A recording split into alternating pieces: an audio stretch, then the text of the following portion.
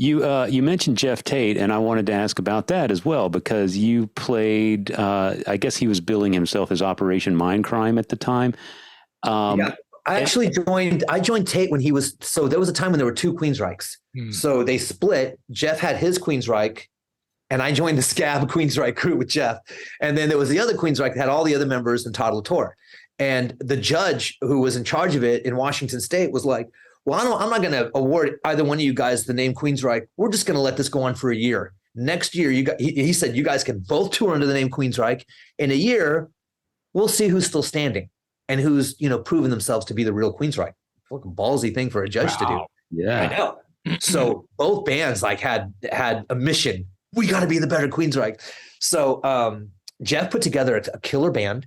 And Rudy Sarzo was in that band. And then Rudy couldn't do some gigs. So Rudy called me up because I had done Rock and Roll Fantasy Camp. So Rudy had seen me play and trusted me. So I came in and filled in for Rudy for a little bit. And then Rudy slowly stepped out. And then I became the player, that Geoff was calling on more often than not. And then eventually they came to the agreement that there was not going to be two Queensryches. They got awarded, the other camp got awarded the Queensryche name. And then Geoff got awarded all rights to Operation Mindcrime, the record, the name, and any artwork associated with that. And that's kind of where the split happened. So then I became sort of a member of Operation Mindcrime, and I did 3 records with him. It was over one session. Like we did like 24 songs over a week, and that ended up being 3 records for Geoff. Wow. And I toured with them and did all that. It was a lot of fun. I did Europe with those guys and toured the States, and Geoff and I are still great friends.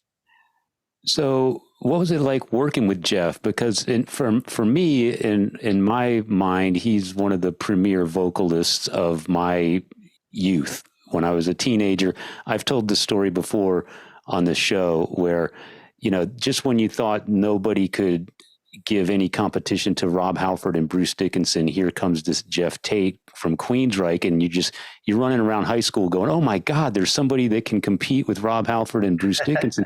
You never thought that was going to be possible. And now it's been done, a number of times by other people. But to me, Geoff is one of those quintessential voices. And the songs that he did with Queensryche, I mean, you got to play him every night. What was that like for you playing those songs and working with Geoff as a person?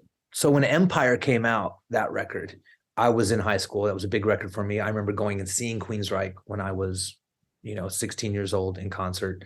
And they did all of Operation Mindcrime, and then they did. Was this in El Paso? In El Paso, Texas, yeah. So yeah, I was definitely a fan. I didn't know Geoff. So when he reached out to me, Rudy Sarzo didn't give me a heads up. I literally get a text message from this unknown Seattle number. And it's like, hey, John, this is Geoff Tate. Just wanted to know if you're free in May. I could use you for some gigs. I was like, what? This is real? I call him up. He's so classy. He's so kind. He's a thoughtful human being. Whatever stories that, may have gone around about him or whatever, I don't know any of that Geoff. I know the Geoff who's just really like a good dude. And he's very... a guy like that gets into his position because he's pushing boundaries and he's doing stuff that nobody else is doing. And then once the band, in my opinion, once the band had hit that pinnacle with Empire, his mentality never changed. He kept pushing boundaries.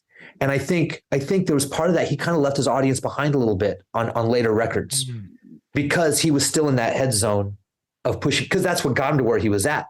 Yeah. And he was just, he was so, he was pushing those boundaries so much, he, kind of like left his audience behind a little bit. I think that's kind of what happened, except for the hardcore audience, and he still has his fans, his lifelong fans that will always be there for him. But you can see, when you look at Queensryche records, that was their peak, was Empire.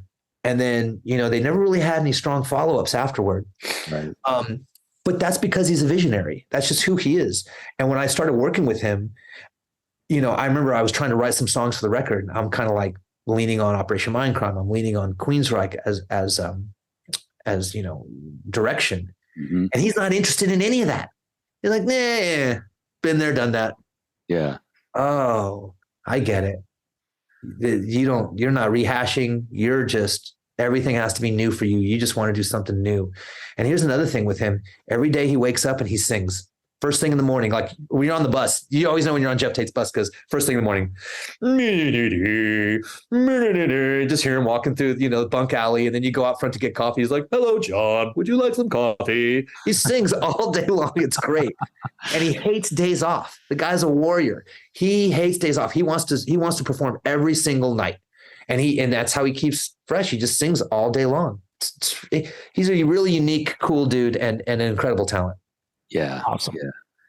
Wow. You've really had some amazing opportunities come your way. And I've loved picking your brain and hearing about all this stuff. Thanks, man.